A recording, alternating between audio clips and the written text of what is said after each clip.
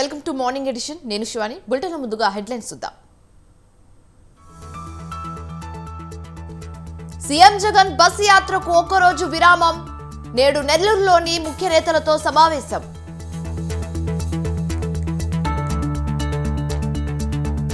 ఏపీలో కొనసాగుతున్న ప్రజాగలం యాత్ర. నేడు నర్సాపురం, పాలకొల్లులో చంద్రబాబు పర్యటన.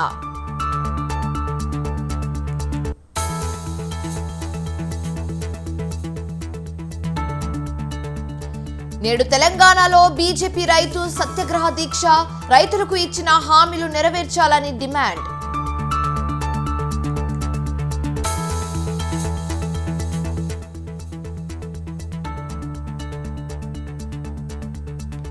నేడు ఉమ్మడి కరీంనగర్ జిల్లాకు కేసీఆర్ ఎండిపోయిన పంటల పరిశీలన.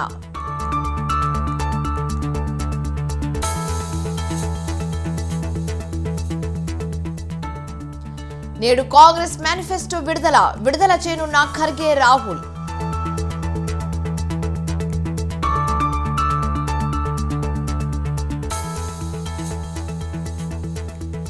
తెలుగు రాష్ట్రాల్లో భానుడి భగభగలు. అప్రమత్తంగా ఉండాలని అధికారుల హెచ్చరికలు.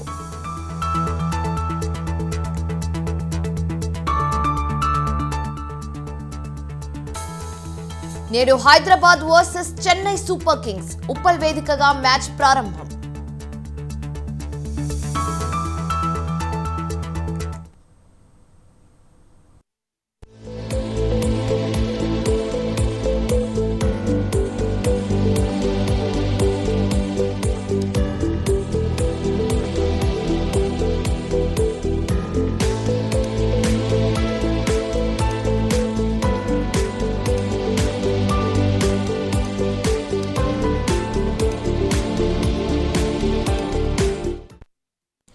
బ్రేకింగ్ న్యూస్ చూస్తున్నాం. ఎన్నికలు సమీపిస్తున్న వేళ తెలంగాణ బీజేపీకి షాక్ తగిలింది. మరోవైపు కాంగ్రెస్ పార్టీలోకి చేరికల జోష్ కొనసాగుతుంది. మాజీ ఎమ్మెల్యే కూన శ్రీశైలం గౌడ్ ఇవాళ హస్తం పార్టీలో చేరనున్నారు. కుత్బుల్లాపూర్లోని కూన శ్రీశైలం గౌడ్ నివాసానికి వెళ్లిన మైనంపల్లి హనుమంతరావు, పట్నం మహేందర్ రెడ్డి, కోలెన్ హనుమంత్ రెడ్డి, భూపతి రెడ్డిలు కాంగ్రెస్ లోకి రావాలని ఆయనను ఆహ్వానించారు. పిసిసి అధ్యక్షుడు సీఎం రేవంత్ రెడ్డి ఆదేశాల మేరకు పార్టీలోకి ఆహ్వానించినట్టు తెలుస్తుంది. కూన శ్రీశైలం గౌడ్ ఇవాళ కాంగ్రెస్ లో చేరే అవకాశం ఉంది.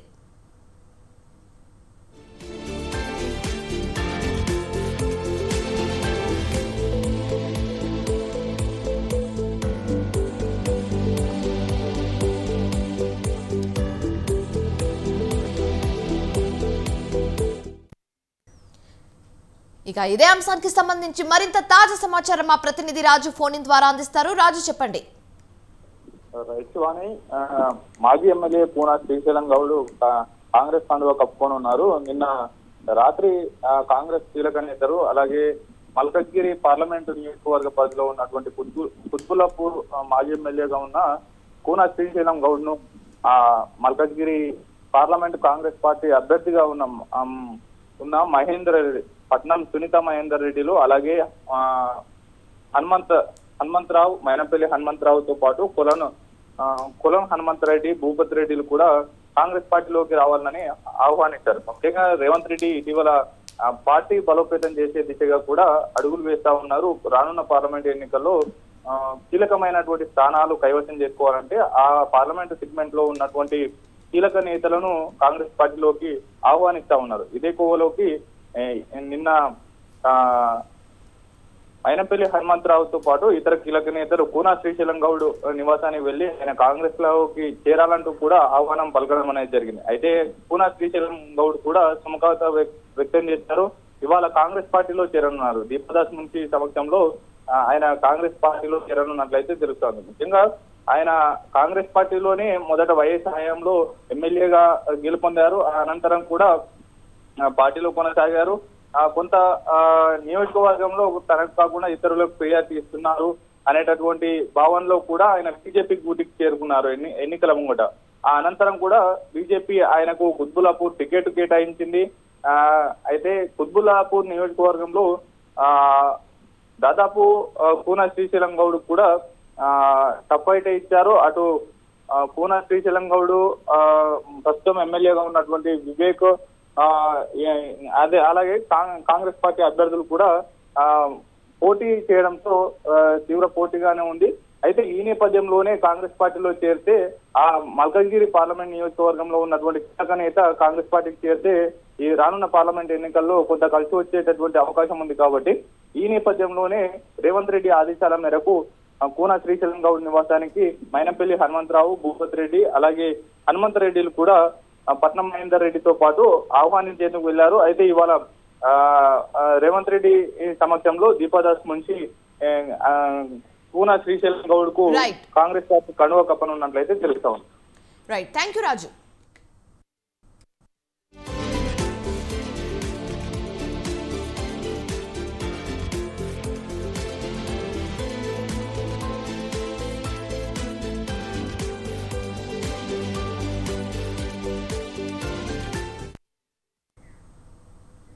లోక్సభ ఎన్నికలకు ముందు తెలంగాణ రాజకీయం రైతుల చుట్టూ తిరుగుతుంది. రైతుల అంశం ఎజెండాగా ఫామ్ హౌస్ వీడి పొలం బాట పట్టారు మాజీ సీఎం కేసీఆర్. ఎండిన పంటల పరిశీలన పేరుతో క్షేత్రస్థాయి పర్యటనలకు శ్రీకారం చుట్టారు. అయితే ఇప్పటికే జనగామ, సూర్యాపేట, నల్గొండ జిల్లాలో పర్యటించి పంటలను పరిశీలించిన కేసీఆర్ ఇవాళ కరీంనగర్ జిల్లాకు వెళ్లనున్నారు. అయితే రైతు సమస్యలే అస్త్రాలుగా పార్లమెంట్ ప్రచారానికి బీఆర్ఎస్ అధినేత రెడీ అయ్యారు.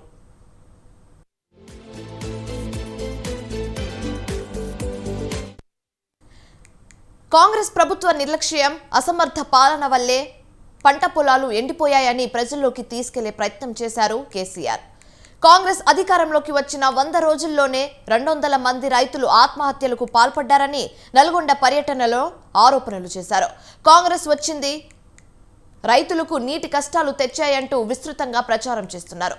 అయితే గత ప్రభుత్వాన్ని బద్నాం చేయాలనే దురుద్దేశంతో ప్రాజెక్టులో నీళ్లు వదలలేదని ప్రభుత్వంపై ఎదురుదాడికి ప్లాన్ చేశారు. అయితే బీఆర్ఎస్ పై కక్షతో రైతుల్ని ఇబ్బందులు పెడుతున్నారని విమర్శలు చేస్తున్నారు. కాలంతో వచ్చిన కరువు కాదని కాంగ్రెస్ తెచ్చిన కరువు అంటూ క్షేత్రస్థాయి పర్యటనలకు వెళ్లి ప్రభుత్వంపై బాణాలు సంధిస్తున్నారు. లోక్సభ ఎన్నికలకు ఇదే అస్త్రాన్ని ప్రయోగించాలని గులాబీ బాస్ ఫిక్స్ అయిపోయారు. అయితే ఇదే అంశాన్ని ప్రజల్లోకి తీసుకెళ్లేందుకు బహిరంగ సభలకు సిద్ధమయ్యారు. ఈ నెల 13న చేవెళ్లలో, ఈ నెల 15వ తేదీన మెదక్లో బీఆర్ఎస్ బహిరంగ సభలకు బీఆర్ఎస్ పార్టీ ఏర్పాట్లు చేస్తుంది. ఇక ఇదే అంశానికి సంబంధించి మరింత తాజా సమాచారం మా ప్రతినిధి సవిన్ ఫోన్ ఇన్ ద్వారా అందిస్తారు. సవిన్, చెప్పండి.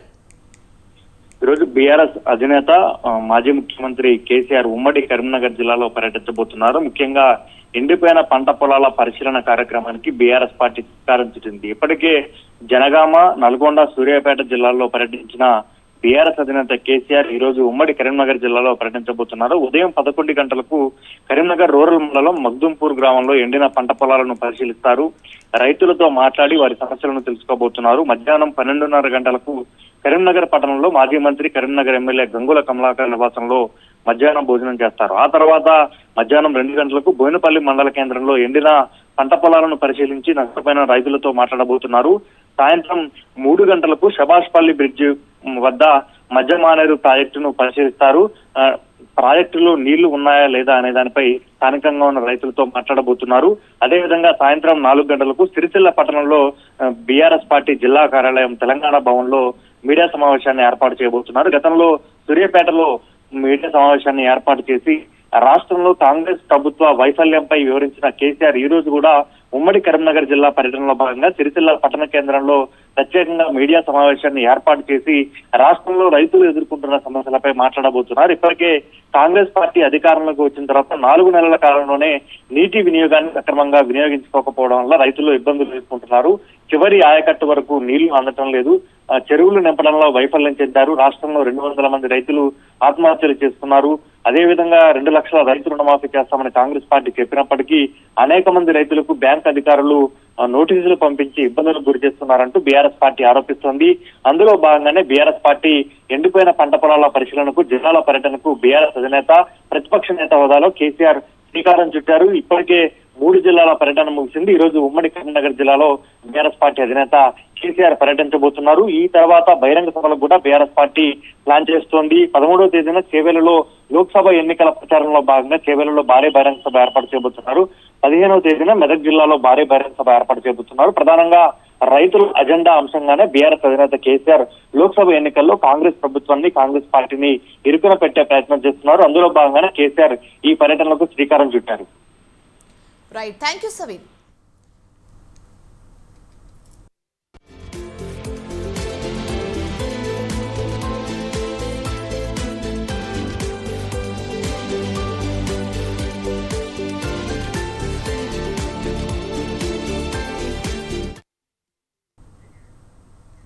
లోక్సభ ఎన్నికలు సమీపిస్తున్న వేళ రాష్ట్రంలోని అన్ని రాజకీయ పార్టీలకు రైతాంగ సమస్యలే అజెండాగా మారాయి. కరువు పేరిట రాజకీయ యుద్ధానికి తెరలేపుతున్నారు. అయితే అధికార విపక్షాల మధ్య మాటల యుద్ధం మరింత ముదురుతుంది. అయితే ఇప్పటికే బీఆర్ఎస్ అధినేత కేసీఆర్ ఎండిన పొలాలను పరిశీలించేందుకు పల్లెబాట పట్టారు. అటు బీజేపీ కూడా రైతుల పక్షాన ఆందోళనకు దిగింది. రాష్ట్ర రైతాంగానికి భరోసా ఇవ్వడం కోసం బండి సంజయ్ కరీంనగర్ వేదికగా రైతు దీక్ష చేపట్టనున్నారు. రైతుల సమస్యలను ప్రభుత్వం దృష్టికి తీసుకొచ్చేందుకు తాజాగా మరో దఫా ఆందోళనకు సిద్ధమైంది కమలదళం.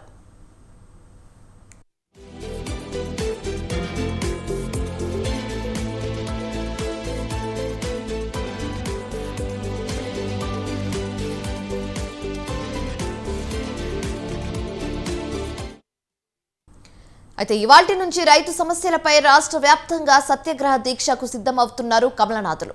ఇక ఇదే అంశానికి సంబంధించి మరింత తాజా సమాచారం మా ప్రతినిధి శ్రీనివాస్ ఫోన్ ద్వారా అందిస్తారు. శ్రీనివాస్, చెప్పండి.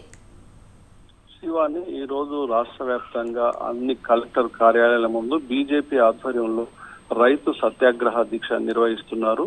ఉదయం 10 గంటల నుంచి మధ్యాహ్నం 2 గంటల వరకు అన్ని కలెక్టరేట్ కార్యాలయాల వద్ద బీజేపీ నేతలు రైతులకు న్యాయం చేయాలి, గత ఎన్నికల్లో కాంగ్రెస్ ప్రభుత్వం ఇచ్చినటువంటి హామీలను వెంటనే అమలు చేయాలి, ప్రధానంగా రైతు రుణమాఫీ 2 లక్షలు వెంటనే రుణమాఫీ చేయాలి, అదే విధంగా రైతు భరోసా కింద 15,000 రూపాయలు ప్రతి రైతుకు వాళ్ళ అకౌంట్ లో 15,000 రూపాయలు ఇవ్వాలి, అదే విధంగా కౌలు రైతులకు కూడా 15,000 ఇస్తామని హామీ ఇచ్చారు. ఇప్పటి వరకు కూడా కాంగ్రెస్ ప్రభుత్వం కౌలు రైతులకు ఎలాంటి సహాయం అందజేయలేదు. అదే విధంగా ఈ మధ్య కొన్ని చోట్ల అకాల వర్షాల వల్ల చాలా పంట నష్టపోయింది. అలాంటి రైతులకు కూడా వెంటనే ఆర్థిక సాయం అందజేయాలి. చాలా చోట్ల ఇటు నీరు సౌకర్యం లేకపోవడం, కరెంటు లేకపోవడం వల్ల కూడా చాలా గ్రామాలలో, చాలా జిల్లాలలో రైతులు పంటలు ఎండిపోయాయి. వాళ్ళకు కూడా ఆర్థిక సహాయం వెంటనే చేయాలన్నటువంటి డిమాండ్ తో ఈ రోజు రాష్ట్ర వ్యాప్తంగా అన్ని కలెక్టరేట్ కార్యాలయం ముందు బీజేపీ నేతలు రైతు సత్యాగ్రహ దీక్ష నిర్వహిస్తున్నారు. ప్రధానంగా ఎన్నికల కోడ్ వల్ల ఈ దీక్షకు అనుమతి లేదన్నటువంటి విషయాన్ని ఇటు పోలీసు అధికారులు చెప్తున్నారు. అయితే గత 3 రోజుల క్రితం కరీంనగర్ జిల్లాలో మొత్తం జిల్లా వ్యాప్తంగా బీజేపీ ప్రధాన కార్యదర్శి బండి సంజయ్ ఆధ్వర్యంలో ఈ దీక్షలు నిర్వహించారు. అప్పుడు కూడా అనుమతి లేకపోవడంతో ఆయన పార్టీ కార్యాలయంలో, పార్లమెంట్ కార్యాలయంలో దీక్ష నిర్వహించారు. అదే విధంగా ఈ రోజు కూడా అన్ని చోట్ల అంటే తప్పకుండా తాము దీక్ష చేపడతామన్నటువంటి విషయాన్ని ఇటు ప్రభుత్వానికి హెచ్చరికలు చేశారు. అయితే ఉదయం 10 గంటల నుంచి మధ్యాహ్నం 2 గంటల వరకు ఈ దీక్ష నిర్వహిస్తామని బీజేపీ నేతలు చెప్తున్నారు. కలెక్టరేట్ కార్యాలయం వద్ద ఉధృత వాతావరణం అయితే ఉంది. ఈ వీధి దీక్షను దృష్టిలో పెట్టుకొని అన్ని జిల్లా కలెక్టరేట్ల కార్యాలయం వద్ద పోలీసులు భారీ భద్రతా ఏర్పాట్లు చేశారు. ఇవన్నీ రైట్, థ్యాంక్ యూ శ్రీనివాస్.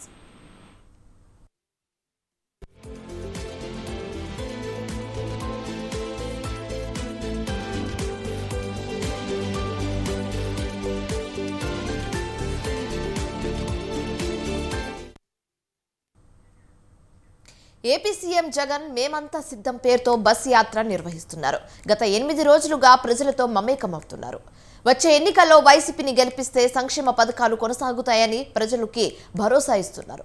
గత 8 రోజులుగా మేమంతా సిద్ధం బస్ యాత్రలో పాల్గొంటున్న జగన్ ఇవాళ ఒక్కరోజు బ్రేక్ ఇచ్చారు. ఇవాళ నెల్లూరులోని వైసీపీ ముఖ్య నేతలతో జగన్ సమావేశం కానున్నారు. బస్ యాత్ర 8 రోజులు పూర్తి చేసుకున్న సందర్భంగా ఆయన నేతలతో సమీక్షించనున్నారు.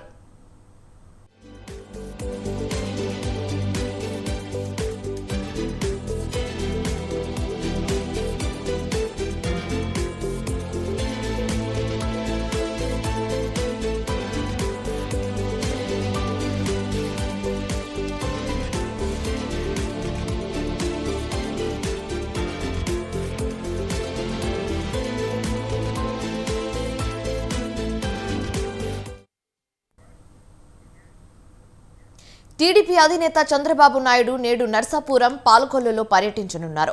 అక్కడ జరిగే ప్రజాగలం సభకు హాజరు కానున్నారు. ఇవాళ మధ్యాహ్నం 2 గంటలకు సీతాపురంలోని స్వర్ణ ఆంధ్ర ఇంజనీరింగ్ కళాశాలలో చంద్రబాబు నాయుడు హెలికాప్టర్ దిగనున్నారు. అక్కడి నుంచి నర్సాపురం వరకు రోడ్ షో నిర్వహించి అనంతరం ప్రజాగలం సభలో ప్రసంగిస్తారు. అయితే ఈ కార్యక్రమాలకు ప్రజలు భారీగా తరలివస్తారని అంచనా వేస్తున్నారు.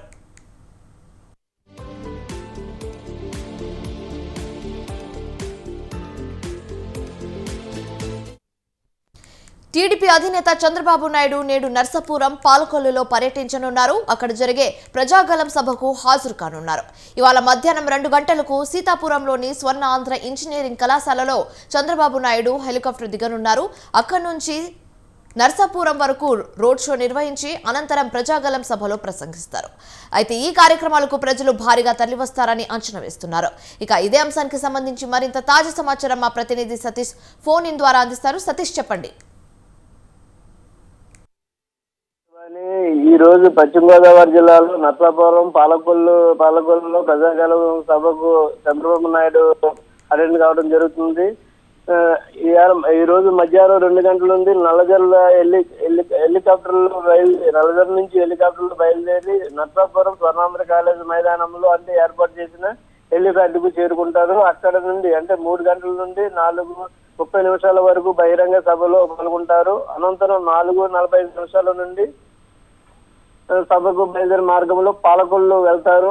సాయంత్రం 6 నుంచి 7:30 వరకు కూడా గాంధీ కోటలో ఏర్పాటు చేసిన బహిరంగ సభలో పాలకొల్లులో కన్వెన్షన్ హాల్లో బస చేస్తారు. Shivani. Right, thank you Satish.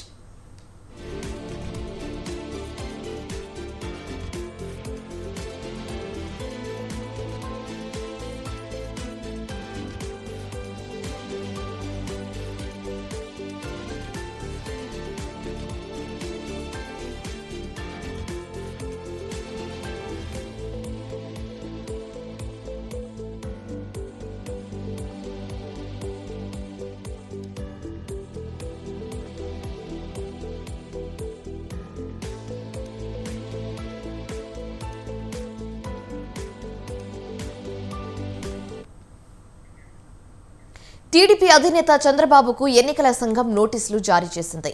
Emmiganur, Markapuram, Bapatla Prajagalam సభలో చంద్రబాబు నాయుడు ఎన్నికల ప్రచార ప్రసంగంపై రాష్ట్ర ఎన్నికల ప్రధాన అధికారికి వైసీపీ ఫిర్యాదు చేసింది. ఎన్నికల ప్రచారంలో సీఎం జగన్పై కోడ్ను ఉల్లంఘిస్తూ తీవ్ర స్థాయిలో వ్యాఖ్యలు చేశారని సీఈఓ ముఖేష్ కుమార్ మీనకు లెల్లా అప్పిరెడ్డి, మల్లాది విష్ణు ఫిర్యాదు చేశారు. అయితే ఈ మేరకు చంద్రబాబు ఈసీ నోటీసులు ఇచ్చింది. చంద్రబాబు నాయుడు ప్రాథమికంగా ఎన్నికల కోడ్ ఉల్లంఘించారన్న అభిప్రాయాన్ని రాష్ట్ర ఎన్నికల ప్రధాన అధికారి వ్యక్తం చేశారు. చంద్రబాబు చేసిన ప్రసంగాలపై 48 గంటల్లో వివరణ ఇవ్వాలని రాష్ట్ర ఎన్నికల ప్రధాన అధికారి నోటీస్ ఇచ్చారు.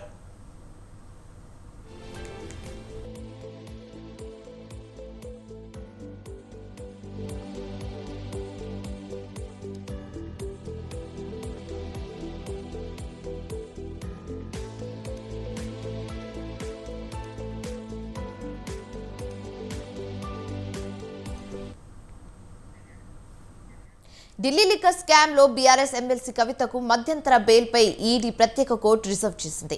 కవిత కుమారుడికి త్వరలో పరీక్షలు జరగనున్నాయని, అయితే ఈ సమయంలో ఒక తల్లిగా కుమారుడితో ఉండాల్సిన అవసరం ఆమెకు ఉందని కవిత తరఫున న్యాయవాది అభిషేక్ మను సింఘ్వై వాదించారు. అయితే రాజకీయ నేరస్తులకు ఇలాంటి భావోద్వేగ పూరిత కారణాలు వర్తించబోవని ఈడీ అభ్యంతరం వ్యక్తం చేసింది.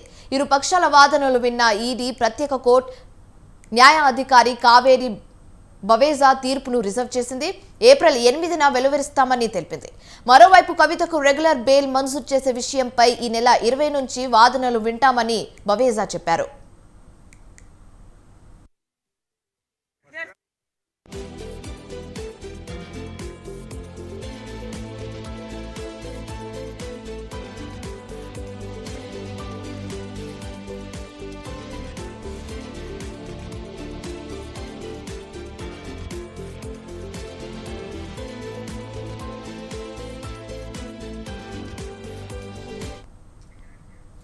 అయితే ఢిల్లీ మద్యం కేసులో కవిత కీలక పాత్ర పోషించినందున ఈ దశలో ఆమెకు బెయిల్ మంజూరు చేయడం సబబు కాదని ఈడీ తరఫున న్యాయవాది జోహెబ్ హుసేన్ వాదించారు. మనీ లాండరింగ్ వంటి అవినీతి కార్యకలాపాలకు పాల్పడిన రాజకీయ నేతలకు మహిళలు అన్న మినహాయింపుతో బెయిల్ ఇవ్వద్దన్నారు.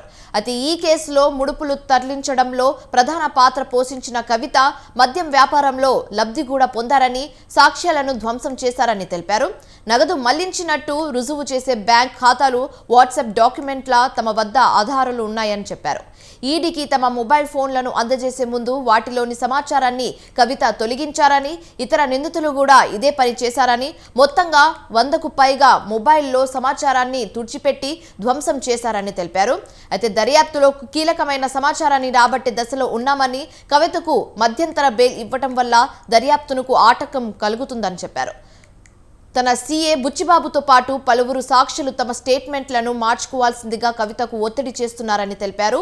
అయితే ఈ మేరకు కవిత బినామీ అరుణ్ పిల్లై తన స్టేట్మెంట్ను వెనక్కి తీసుకున్న విషయాన్ని హుసేన్ గుర్తు చేశారు.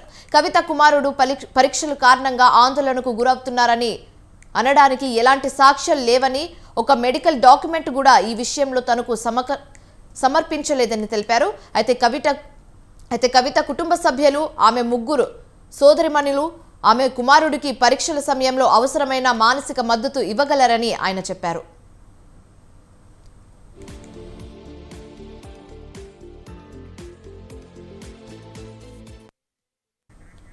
అయితే కవిత తరఫున వాదించిన అభిషేక్ మను సింఘ్వై ప్రత్యేక కోర్టు తన విచక్షణ ప్రకారం బెయిల్ మంజూరు చేయవచ్చున్నారు.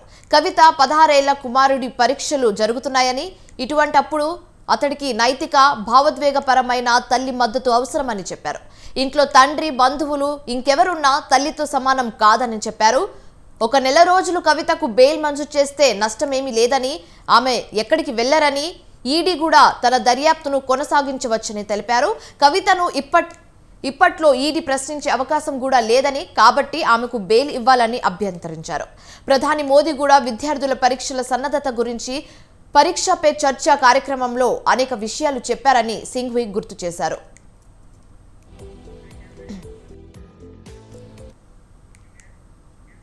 హైదరాబాద్ ఉప్పల్ స్టేడియం వేదికగా జరగాల్సిన ఐపీఎల్ మ్యాచ్ కు లైన్ క్లియర్ అయింది. కరెంట్ కష్టాలు తొలగిపోయాయి. 4-5 గంటల తర్వాత స్టేడియంకు విద్యుత్ సరఫరాను అధికారులు పునరుద్ధరించారు. దీంతో నేడు హైదరాబాద్, చెన్నై జట్ల మధ్య మ్యాచ్ యథాతథంగా జరగనుంది. పెండింగ్ బిల్లులు క్లియర్ చేయాలని పలుమార్లు నోటీసులు ఇచ్చినా గానీ హెచ్సీఏ పట్టించుకోలేదని, నోటీసులకు స్పందించకపోవడంతో విద్యుత్ సరఫరాను నిలిపివేసినట్లు విద్యుత్ అధికారులు తెలిపారు. అయితే విద్యుత్ బకాయిలు, బిల్లుల చెల్లింపులకు విద్యుత్ శాఖ 1 రోజు సమయం ఇచ్చింది.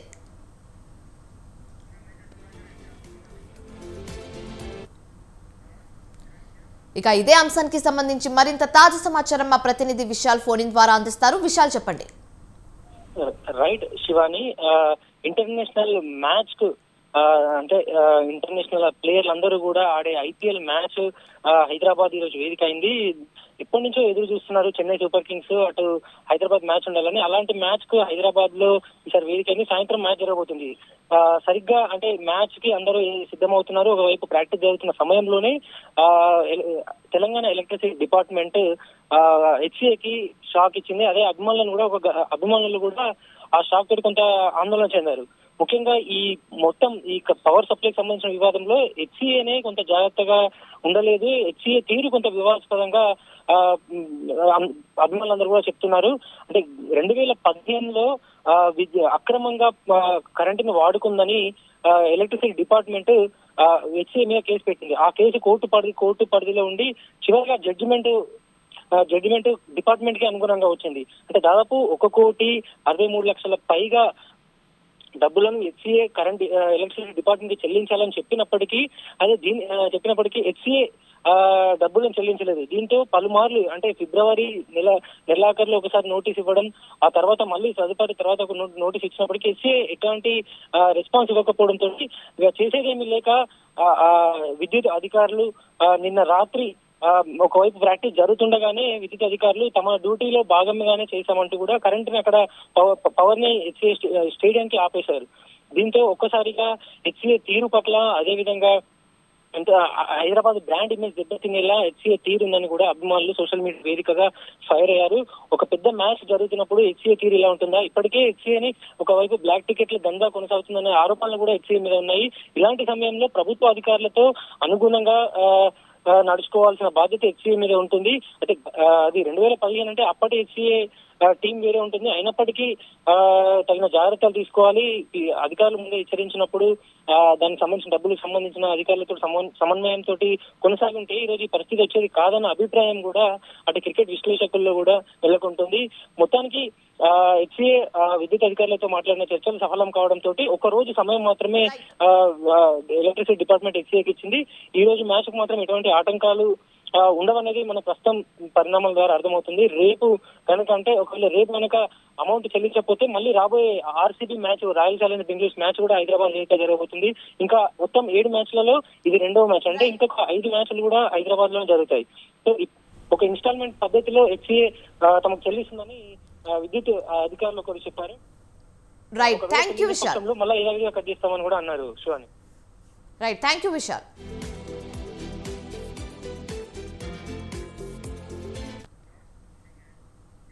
హైదరాబాద్ ఐపీఎల్ ఫ్యాన్స్ కల నెరవేరబోతుంది. ఇవాళ ఉప్పల్ స్టేడియం వేదికగా Chennai super kings, sunrisers తలపడనున్నాయి.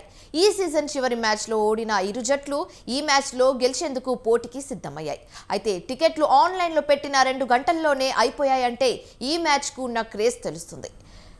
Pat Cummins సారథ్యంలో హైదరాబాద్, రుతురాజ్ గైక్వాడ్ కెప్టెన్సీలో చెన్నై సూపర్ కింగ్స్ బరిలోకి దిగనున్నాయి. అయితే ఈ మ్యాచ్లో ఎవరు గెలుస్తారనే ఉత్కంఠతో క్రికెట్ అభిమానులు ఎదురుచూస్తున్నారు.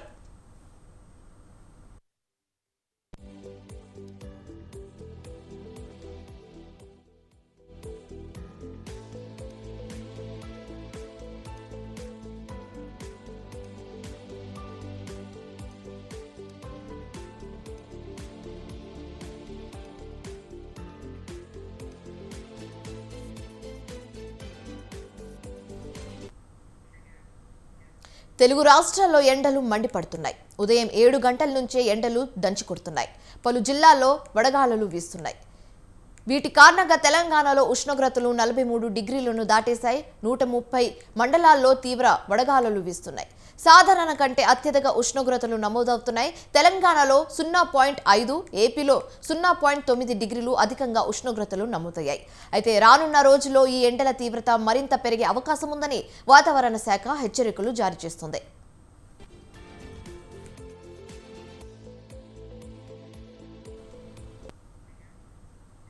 రైట్, ఇవి ఇప్పటి వరకు ఉన్న updates. For more updates keep watching స్వతంత్ర.